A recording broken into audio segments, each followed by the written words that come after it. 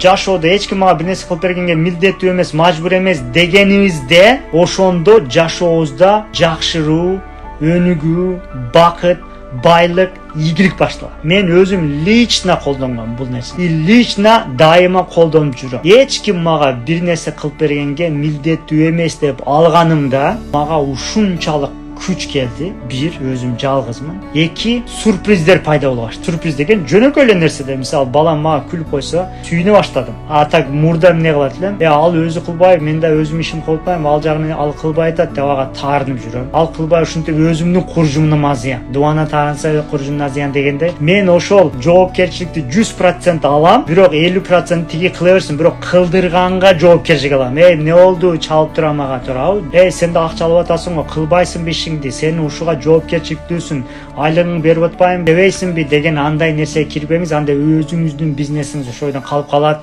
өзүңүздүн жашооңуз калып калат, ийгиликтүү боло албайсыз, бай боло албайсыз.